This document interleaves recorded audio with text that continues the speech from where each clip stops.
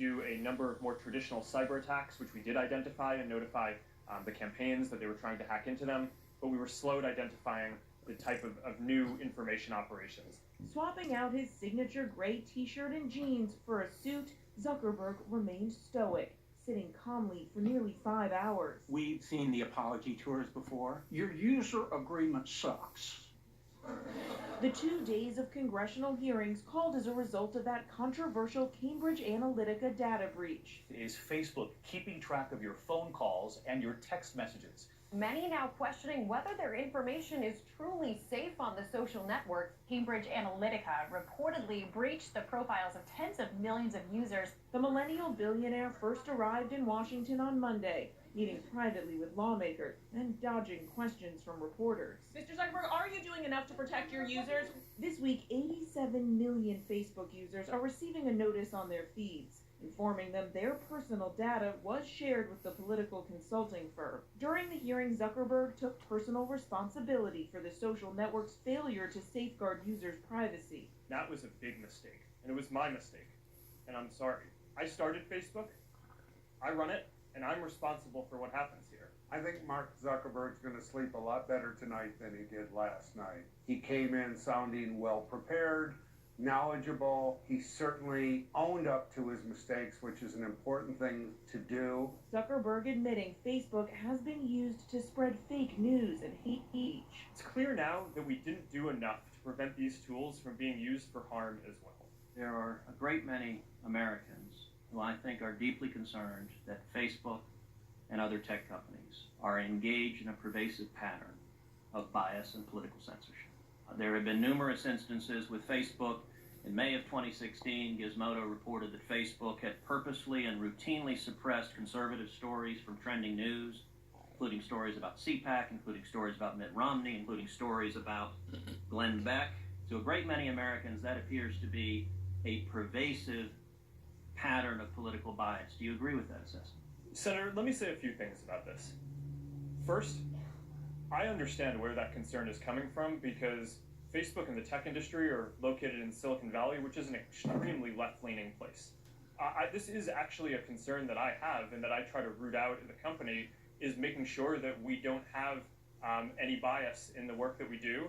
And I think it is a fair concern. There are people in Russia whose job it is to try to exploit our systems and other internet systems and other systems as well. So this is an arms race, right? And they're going to keep on getting better at this, and we need to invest in keeping on getting better at this too. Last year, Facebook estimated that 146 million Americans saw Russian-linked content during the election. Lawmakers blasted the company for not doing more to stop it, saying that companies like his have been given too much liberty and need to be regulated. I come in peace. I don't want to vote to have to regulate Facebook, but by God, I will. A lot of that depends on you. Zuckerberg also admits that starting the company at such a young age may have led to its imperfections. It's pretty much impossible, I believe, to start a company in your dorm room and then grow it to be at the scale that we're at now without making some mistakes. The entrepreneur was just 20 years old when he and some college friends built the first Facebook. Your actions could have permanently destroyed everything I've been working on. We have been working on. The drama behind Facebook's development highlighted in the Academy Award-winning film The Social Network. I'm not talking about a dating site. I'm talking about taking the entire social experience of college and putting it online. Facebook is now ubiquitous worldwide, with more than 2 billion users logging on each month, sharing everything from photos to status updates, where they work, even their religious and political beliefs. But with that growing number, there are increasing concerns about who has access to a user's personal information. One of the threats with your data on Facebook is your phone number. It might have been scraped by scammers or other malicious actors who want to use your information to spam or to steal your identity. Part of the problem may be built into Facebook. How do you sustain a business model in which users don't pay for your service? Senator, we run ads. Facebook makes billions by selling ads based on all the data they're collecting. In 2017, the company boasted revenues of a whopping $40.7 billion. Earlier this month, Facebook's chief operating officer, Sheryl Sandberg. It was information people had already listed on Facebook publicly. Now, that doesn't make it okay. She pointed out that Facebook is free and suggested users may need to pay to stop Facebook from collecting and using their data to sell ads. Are you actually considering having Facebook users pay for you not to use that information? Senator, people have a control over how their information is used in ads in the product today. I think what Cheryl was saying was that in order to not run ads at all, we would still need some sort of business model. I actually might be willing to pay. I would like to know, is there a number that you will totally protect my privacy, not use my information for any advertising, any personalized targeted stuff at all? What's the price? I'd like to know that price. Concerned about his own privacy, Apple co-founder Steve Wozniak announced that he's deactivating his Facebook account, joining the Delete Facebook movement. It just sort of hit a breaking point for me. Just last month, it was Facebook in the crosshairs of its own data breach. If you are looking at trying to create information weapons, the battle space that you operate in is social media. That is where the fight happens. Chris Wiley worked at Cambridge Analytica, a consulting firm which helps political candidates better target voters online.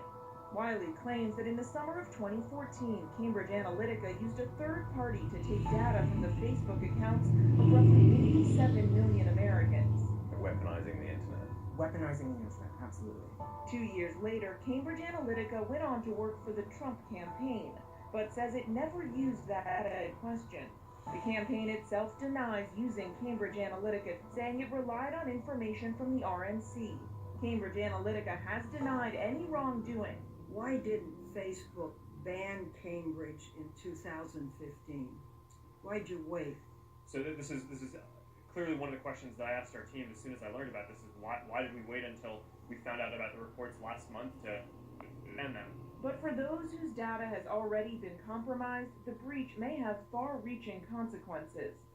Right before Zuckerberg appeared on Capitol Hill, Facebook and Cambridge Analytica were hit with a class action lawsuit, accusing the company of misusing personal information. It's unlikely that people will stop using Facebook. The social network has essentially become a utility. It not only owns Facebook, but it owns Instagram and a number of other companies. The social media site says it's doubling down on security, increasing the number of employees working on security from 10,000 to 20,000. Zuckerberg's calm, careful, and contrite demeanor played well. Facebook stock increased 4.5%. I think Mark Zuckerberg is comfortable being Mark Zuckerberg. I believe Facebook is the canary in the coal mine. They're the biggest, so they're obviously going to get the most scrutiny. The hearing is adjourned. For Nightline, I'm Mary Bruce in Washington. Next here.